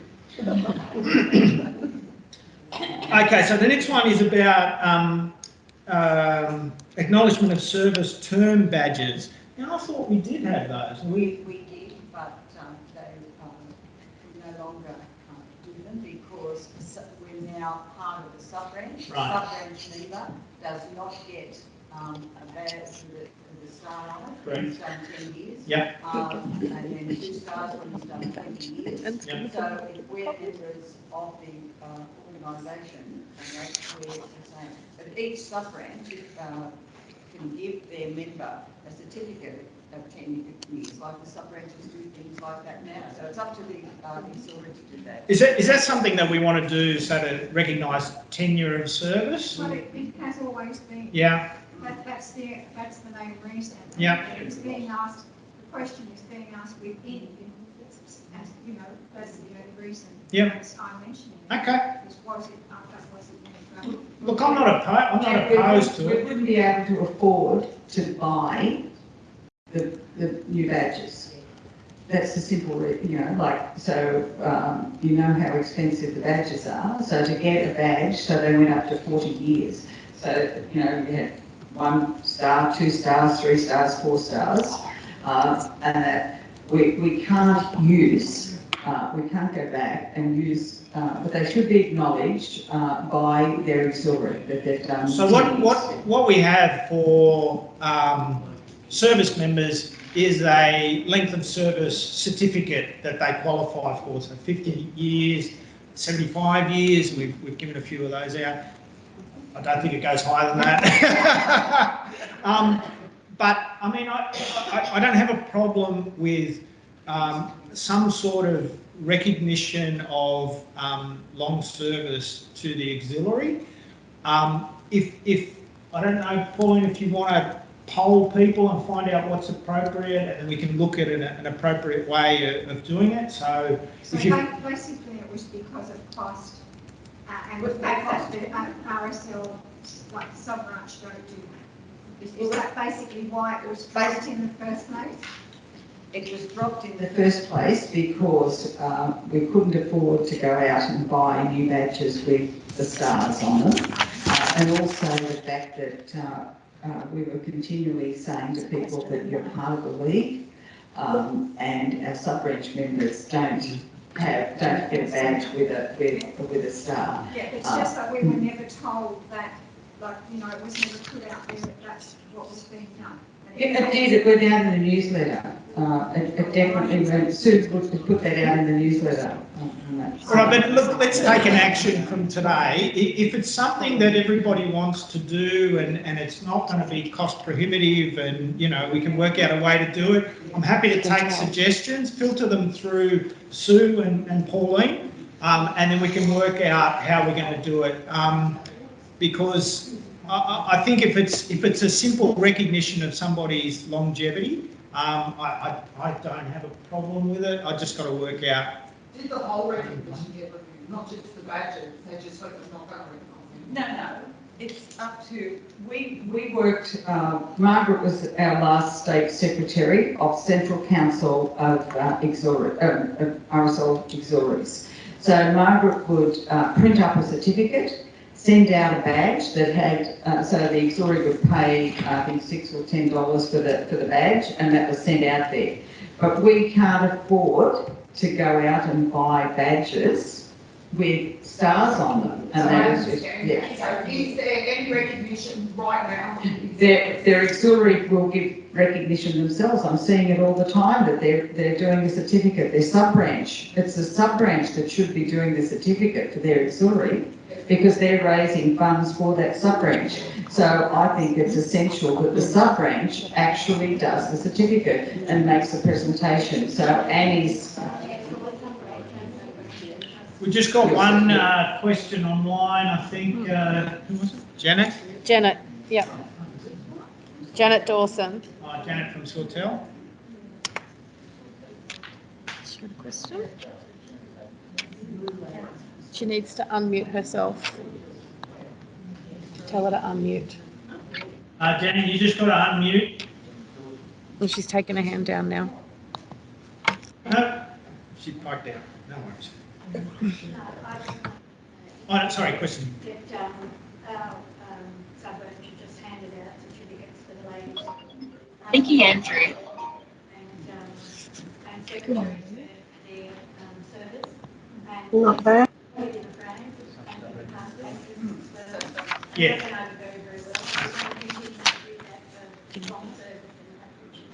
And that's Forestville.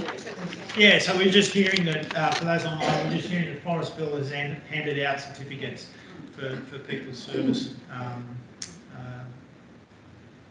Is it long service, or is that what the certificates were for? We haven't done the long, this was for past president, secretary. Oh, past office holders, and yeah, okay. But the long service ones we're doing currently, we're following Okay. next year. Okay, and they're doing long service, yeah. So those certificates were past office holders, and they're doing long service certificates next year. Great. And Bob's got his hand up again. Bob. I was only just going to add to what Andy's already said, that it's very simple to create an A4 certificate with the RSL logo on it and the auxiliary logo, and then you can create any certificate for lengths of service, thank you for your appreciation, whatever the case may be. And I hate to say this in front of the ladies, but you can produce it and frame it for $3.50. It's not an expensive exercise. Thanks, Bob. The next question is, other than life membership, are there any other awards that have been kept? So we still have the Certificate of Merit and Gold Badge, which in the past has been something that the auxiliaries have taken advantage of. For those who don't know, the Certificate of Merit and Gold Badge is the highest award that can be awarded to a non-service member of the league.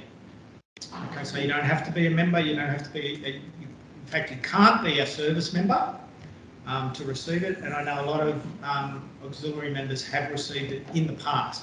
Not so many recently, but it is still out there. There's also awards that are coordinated through us for RSL National, such as Anzac of the Year, which is really for people who go above and beyond in the community and live up to the Anzac spirit. So on the RSL website, if you look for those forms, they're in the same section where life membership forms are. They'll explain how to apply for a Certificate of Merit and Gold Badge, and also Anzac of the Year. That's the application must come in through the sub-branch though. Okay, so it's all there, but it's got to come in through the sub-branch.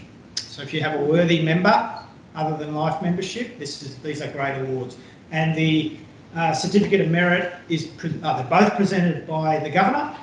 One's presented, the Certificate of Merit and Gold Badge is presented at Congress in front of the League. The other one's presented at Government House. Okay, so that's the answer. Who can support an auxiliary other than a sub-branch? If the auxiliary has a problem with their sub-branch, who can they go to? Not me. No, I'm joking. So as I said before, first port of call is Pauline and Sue, then me, and we can provide some advice.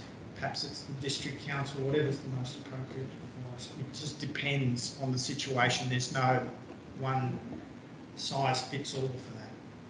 Okay. And the last one about engagement with welfare and wellbeing officers, how to engage more closely with sub-branch community welfare and wellbeing officers in order to assist with hospital and home visits to veterans and their families mentioned in the Lady Woodward Cup nomination form. I know that there are a lot of auxiliary members who do this sort of stuff anyway. The reason we added this stuff to the Lady Woodward Cup is because the previous Lady Woodward Cup was all about who could raise the most money. So you raised the most money, you won it. But we felt that there was more that the auxiliaries did than just raise money. And that's not reflected in that, that competition. So the answer to that question is kind of wound up in itself. You need to try and make that connection with the sub-branch to see if you can support them in some of those welfare or well-being activities at sub-branch level, whether it's visiting people at home, or maybe it might even be preparing meals, or whatever it is. You kind of don't know what you don't know, so you've got to make that connection yourself if that's what you're interested in. And the last one is there anything else sort of on general questions or anything on that sort of stuff that someone's got? No? Good. The last question is about cluster gatherings. Geographically, could 4 or 5 auxiliaries meet up once or twice a year at a location gathering to share concerns, suggest that? Absolutely. Why not? Great idea. Great idea. You don't need permission. Just organise it yourselves. I think it's a great idea, and a great idea to include the state coordinator or the state deputy coordinator to come along and talk about it. I think he's busy that day. No, to come along and sort of give you an idea of what's happening in other auxiliaries outside of your area. Okay? I can see everyone packing up, so I know it's been a long afternoon. Is there anything else, Pauline? Yes, I would like to thank all of you in your office. Yeah, you just the actual microphone is picking up here. Sorry to put you on the spot. Okay. I would like to thank all of you in head office for helping me abundantly. I have had a dreadful time. Absolutely hideous. It's got to the point that I can't fundraise at all. I do not have permission. Funding has been refused to me. So I'm having a very difficult time. But I must say, without all of you in head office, every single one of you, I wouldn't be able to be here today because I've already had a medical incident where I was carted off to hospital. And I really need help. Thank you all. Thanks, Pauline.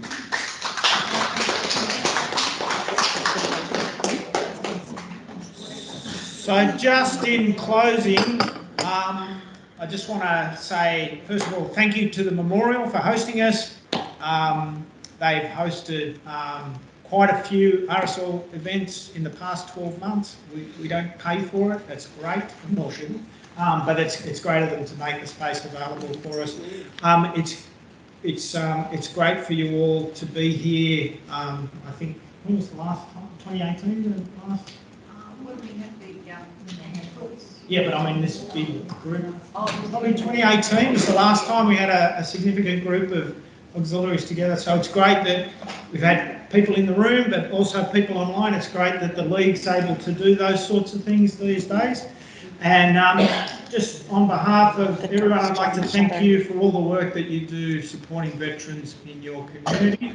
And remind you that if you do have any questions or queries, don't sit on them and stew on them and worry about them. The more you get those queries and questions out in the open, I'm sure we can find solutions for them. When I say we, I mean Portland and Sept.